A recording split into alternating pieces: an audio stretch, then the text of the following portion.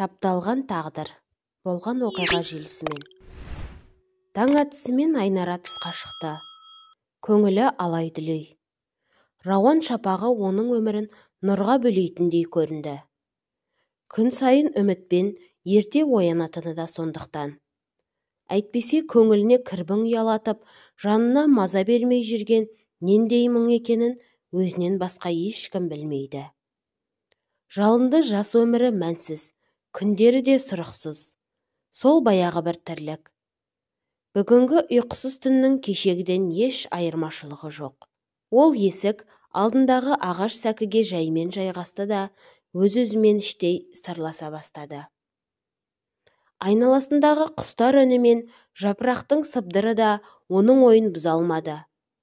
Түндегі мазасыз ойлар көңіл түкпірінде әлі сайрап тұр. Үркіту, қорқыту мен зорлық-зомбылыққа етіп өлгені сонша жан баласына сездіргісі келмейді. Үнжырғасы түсіп, қас қарайғанша далада жүретін. Аула іші тым-тырыс, Айнараның үйге кіргісі жоқ. Іште жатқан өгей әкесіне деген ыза-кегі басылар емес. Амалы құрыған ол, қорқасоқтап үйге еніп еді, арақ иісі мүңкіп сала берді. Шашылған бөлмеде теледидар даусын барына қойған өгей әкесі шалқалап жатыр екен. Айнара қолы дірілдеп, айналасындағы заттарды жинай бастады. Әкесі қозғалған сайын өзіне тап беретіндей қатты қорықты. Осы тұста, «Әй қыз, бері кел, саған айтарым бар» деген өгей әкесінің зілденген даусы шықты. Жаймен жақындап еді, «Анада болған оқиғаны шешеңе айтатын болсаң, көзіңе көк шыбын үймелетемін, жетімек», деп желкесінен түйіп жіберді. Көз жанары жасқа толған Айнара қорыққаннан «Жарайды, айтпаймын, тек қолымды жіберіңізші», деп қолын жұлқи тартып, жатын бөлмеге кіріп кетті. Артынан «Өй жетімек, өлтіремін мен сені» деген қорлыққан дауыс қатты шықты. Қаны қарайған, арам ойлы өгей әке қорғансыз қыздың түп-тұнық таза әлемін бүлдіріп, пәк өміріне қол сұққалы қаншан. Айнараның оны ойлауға дәті де бармады. Айнара әкесінен айырылғанда небәрі 6 жаста болатын. Марқұм әкесі әрдайым қызының қабағына қарап еркелететін. Айықпас дертке шалдыққан әкенің өлімі Айнараға ауыр тиді. Соңғы уақытта қалың ойға беріліп, тіпті күлмейтін жағдайға жетті. Анасы әкесінің жылынан кейін басқа біреуге тұрмыс құрды. Айнара қанша жерден қарсылық білдірсе де, анасы өз таңдауын өзгерткен жоқ. Осыдан кейін Айнара жар қайғысын жұтқан анаға сүйеніш, әкесіз қалған өзіне қорғаныш болар деген үмітке тоқталды. Бірақ бәрі бұл ойлағандай болмады. Өгей әке өгейлігін жасап, бұларға сор болды. Кеш болса болды, олардың үйі ауылдың маскүнем еркектері жиналатын. Анасы Айғайша таңнан қара кешке дейін жұмыста. Ал Қаршадай Айнараның әрі күні ананы күтумен, әкені сағынумен өтеді. Бұрын анасыз көз ілмейтін Айнара бірде өз бөлмесінде алаңсыз ұйқыға кетті. Шамасы есікті іштен ілуді ұмыт қалдырса керек. Бір мезгілде сықырлаған дыбыстан оянып кетті. Көз алдына әлде бір бейнелер елестей бастады. Жаймен қарап еді, елес бейнені өгей әкесіне ұқсатты. «Жоқ, мүмкін емес», деді іштей күбірлеп. Жанына келіп денесін сипай бастағанда орнынан ұшып тұрды. «Не істеп жүрсіз? Шығыңыз!» дегені сол еді. Өгей әке қарулы қолымен қорғансыз қызды бір бүктеп қарсылық білдіргеніне қарамастан арам пиғылын жүзеге асырып бөлмеден шығып кетті. Осы оқиғадан кейін есінен айырылып, талып қалған Айнара бөлме ішінде қансырап ес-түссіз жатты. Ойында еш нәрсе жоқ. Айғайша жұмыстан келген бойда көзіне түспеген қызының қайда екенін сұрап еді, жақтырмаған күйеуі: «Әй қатын, мен қайдан білейін, жүрген шығар бір жерде. Күн ұзаққа маған тамақ та берген жоқ.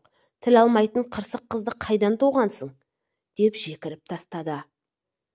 Айғайша қызы жататын бөлмеге беттей берген сол еді, Айнараның ес-түссіз жатқан күйін көріп шошып кетті.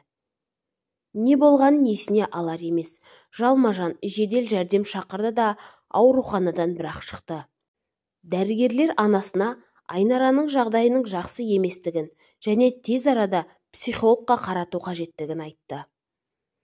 Аурухана дәлізінде әрі-бері сенделген ана байғұс бұл жағдайдың қалай болғанын түсіне алмай әлек.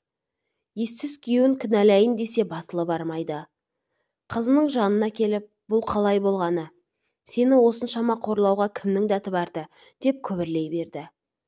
Айнараның нәзік қолдарына анасының ыстық жасы тиген сайын бала жүрегі қиналып шарасыз күйге түседі. Басында ол өгей әкесінің арсыз әрекетін анасына айтып бергісі келіп біраз оқталды да, кейін оның алдағы тағдырына алаңдап, жабулы қазан, жабулы күйінде қалған еді. Уақыт деген қолға ұстатпас сынап қой. Осылай өз өксігін өзгеден жасырып жүргенде, күндерден күндер өтіп, айлардан айлар асып, жылдардан жылдар зулап жатты. Айғайша екінші күйеуінен егіз қыз босанды. Айнара мектептен келе салып егіз сіңлісіне қарайлап жүрді. Бұрынғыдай емес, өкінішті күндердің бәрі артта қалып, шат-шадыман күй кешті. Бірі сабақтан, бірі жұмыстан оралып, кешкілікке дастархан басы емен жарқын әңгімеге толатын. Тағдырына мойымаған Айнара жас күннен жетімдік тауқыметін бір кісідей татқасын, қиындықпен кездескен қатал тағдырына қатты өкінеді. Ол тағдырын талақ етіп, жас өміріне қастандықпен қақпан құрған өгей әкеден мүлдем жиіркеніп кетті. Оңаша қалса екі көзден аққан жасқа ерік беріп, сағыныш пен өкініштің көз жасын төгіп алғанды ұнатады. Бірде қолына қалам алып анасына хат жазды. Анашым, әкем тірі кезде біз бақытты отбасы едік. Әкем дүние салғаннан кейін мен сіздің тұрмысқа шығуыңызға кедергі бола алмадым. Кішкентайымда ылғи қолдарым көгеріп, талып қалып ауруханаға жиі түстім. Сіз ол кезде менен барлық жайтты сұрадыңыз. Мен сіздің бақытыңызды ойладым. Сіздің жолыңызды жапқым келмеді. Өйткені сіз өгей әкемнің айтқанын ғана тыңдадыңыз. Тіпті менің сөздеріме мән бермей, сол кісінікін ғана дұрыс санадыңыз. Мен енді бой жеттім. Сіз шаң жуытпайтын өгей әкемнің зорлық-зомбылығын балалық шағымнан жарасы болып жанымда әлі тұр. Бұл мені қатты қорқытып, соғып қорлайтын. Әрине сіз жоқта. Мен түн демей, күн демей жылап, тысқа шығып марқұм әкем мен әжемнен жәрдем сұрайтынмын. Екі қызы бар, ұмытқан шығар дедім. Жоқ, бәрі мен ойлағандай емес екен. Тіпті ол мені жақсы көретінін айтып сандырақтады. Әрине, сізге айтқым келмеп еді. Мұның бәрі болашақта жалғаса берсе, біз бір отбасы бола алмаймыз. Мен өз жолыммен кетемін. Қош анашым, мен сізді жақсы көремін деп жазды да анасының жастығының астына қойып кетті.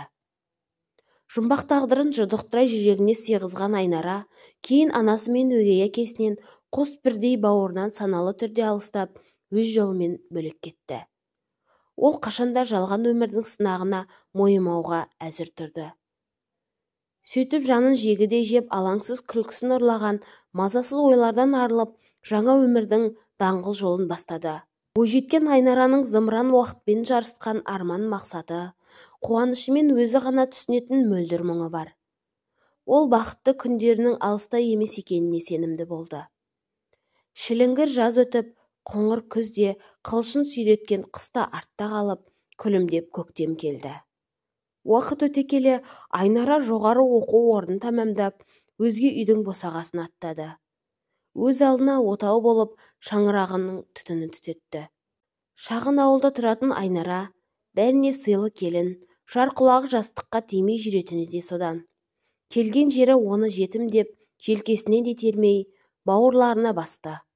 Айнараның бақытты өмір сүріп жатқанын сырттай естіген Айғайша қызына риза болып, ішінен тәуба деді. Балалығы еске түскенде Айнараның өзі өскен шаңыраққа анда-санда барып, бауқын басып қайтатыны бар. Бұл жолда ол ауылға оралып, үйіне қарай бет алды. Қара шаңырақтан түтін будақтап тұр. Тек ол түтіннің иелері басқа жандар еді.